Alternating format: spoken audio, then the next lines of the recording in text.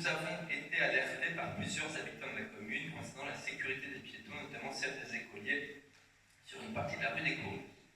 Cette voie est partiellement non éclairée, ce qui suscite des inquiétudes croissantes, particulièrement de la part des parents.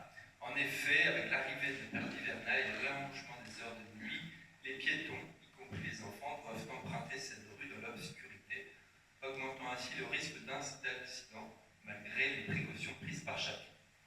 Dans ce contexte, il apparaît opportun de s'interroger sur les mesures envisageables pour renforcer la sécurité routière sur cette voie.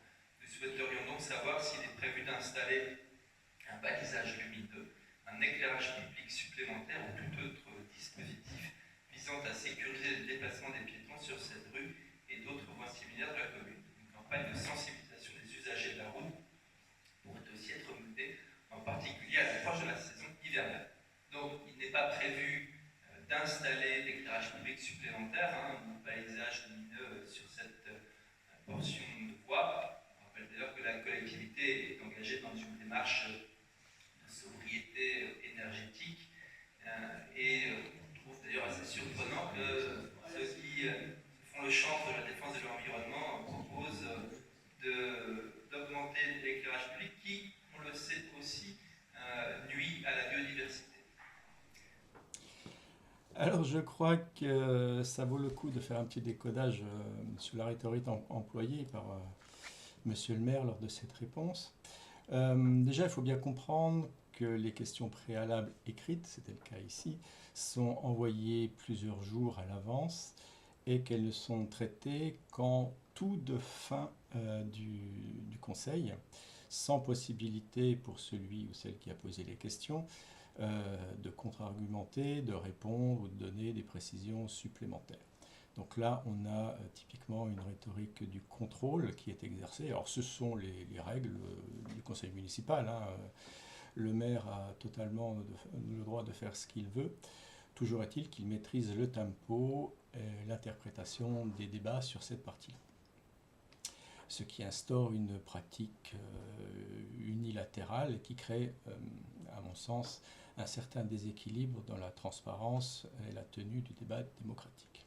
Bon, pour revenir ici, on a dans la réponse de Monsieur le maire un exemple assez classique d'une stratégie rhétorique qui dévie de la question initiale pour en redéfinir les termes, tout en jouant sur des arguments ad hominem et émotionnels. Alors reprenons. La réponse qui est attendue et qui est donnée, elle n'intervient que très marginalement sur l'éclairage.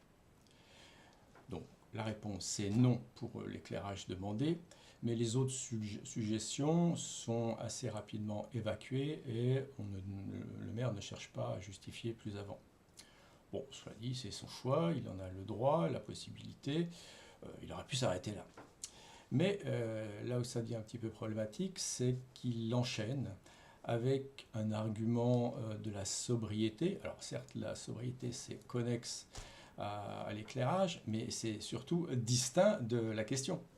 Le sujet de la sobriété énergétique ou économique, puisque ça coûte de l'argent, est lié à un moindre éclairage, n'a rien à voir avec le corps de ma question qui traitait de la sécurité routière, qui plus est de la sécurité des enfants sur cette route des Courlis lorsqu'ils vont prendre le bus ou le car pour aller à l'école.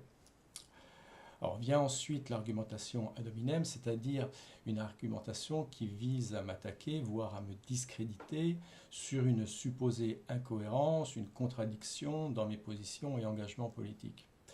Le maire en fait déplace ses propos sur le terrain moral. L'utilisation du mot chantre montre par ailleurs, au mieux de l'ironie, au pire du mépris dans la formulation, ce qui n'est pas terrible et gratuit.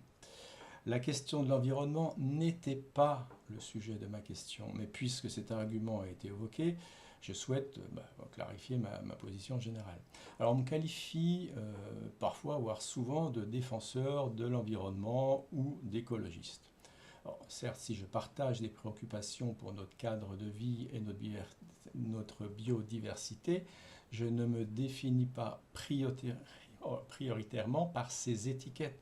Mon rôle ici, au Conseil, et en dehors lorsque je suis à Plougonvelin, c'est de représenter les préoccupations des habitants, notamment sur des questions essentielles comme leur sécurité, ce qui était bien le fond de ma question ici.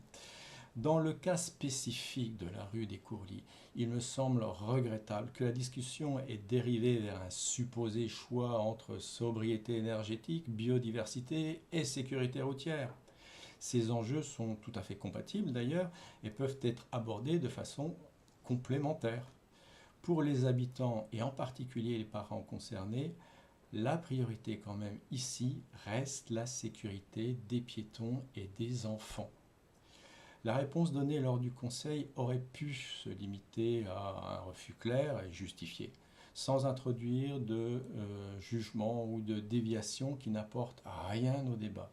Rester concentré sur les solutions pour nos habitants et sur leurs attentes renforce ou renforcerait l'efficacité et l'image de notre conseil municipal. Voilà, et je regrette que finalement ma question ait été traitée de la sorte.